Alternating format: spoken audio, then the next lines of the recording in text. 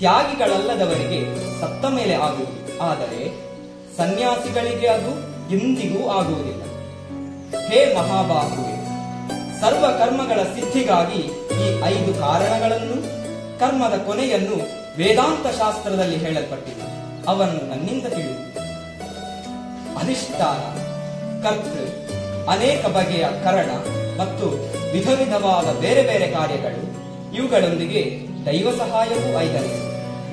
ಮಾನವನು ಶರೀರ, ಮಾತು, ಮನಸ್ಸುಗಳಿಂದ ನ್ಯಾಯವಾದ ಅಥವಾ ಅದಕ್ಕೆ ತದ್ವಿರುದ್ಧವಾದ ಯಾವ ಕರ್ಮವನ್ನು ಪ್ರಾರಂಭಿಸುತ್ತಾನೆಯೋ ಅದಕ್ಕೆ ಕಾರಣವೇ ಈ 5.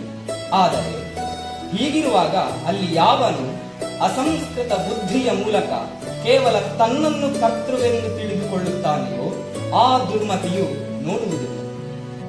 ತ್ಯಾಗಿಗಳಲ್ಲದವರಿಗೆ ಸತ್ತ ಮೇಲೆ ಆಗುವುದು, ಆದರೆ ಸನ್ಯಾಸಿಗಳಿಗೆ ಅದು ಎಂದಿಗೂ ಆಗುವುದಿಲ್ಲ.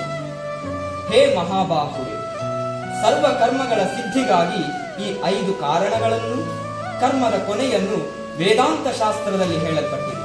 ಅವನ್ನು ನನ್ನಿಂದ ತಿಳಿಯುವುದು.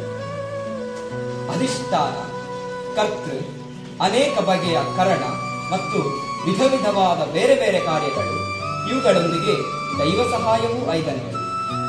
ಮಾನವನು ಶರೀರ, ಮಾತು, ಮನಸ್ಸುಗಳಿಂದ ನ್ಯಾಯವಾದ ಅಥವಾ ಅದಕ್ಕೆ ತದ್ವಿರುದ್ಧವಾದ ಯಾವ ಕರ್ಮವನ್ನು ಪ್ರಾರಂಭಿಸುತ್ತಾನೆಯೋ ಅದಕ್ಕೆ ಕಾರಣವೇ ಈ 5. ಆದರೆ ಹೀಗಿರುವಾಗ ಅಲ್ಲಿ ಯಾವನು ಅಸಂಸ್ಕೃತ ಬುದ್ಧಿಯ ಮೂಲಕ ಕೇವಲ ತನ್ನನ್ನು ಕರ್ತೃವೆಂದು ತಿಳಿದುಕೊಳ್ಳುತ್ತಾನೆಯೋ ಆ ದುರ್ಮತಿಯು ನೋಡುವುದಿಲ್ಲ.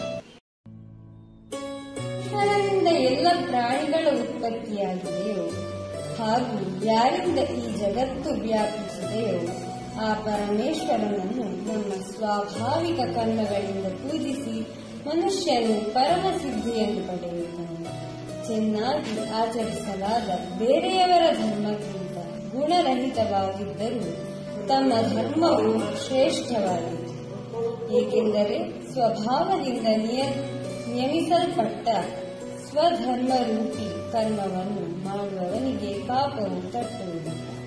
ಆದ್ದರಿಂದಲೇ ಕುಂತಿಪುತ್ರನೇ, ದೋಷಯುಕ್ತವಾಗಿದ್ದರೂ ಕೂಡ ಸ್ವಾಭಾವಿಕ ಕರ್ಮವನ್ನು ಬಿಡಬಾರದು. ಏಕೆಂದರೆ ಹೊಗೆಯಿಂದ ಅಗ್ನಿಯು ಕೂಡಿರುವಂತೆಯೇ ಎಲ್ಲ ಕರ್ಮಗಳು ಒಂದಲ್ಲ ಒಂದು ದೋಷದಿಂದ ಕೂಡಿದೆ.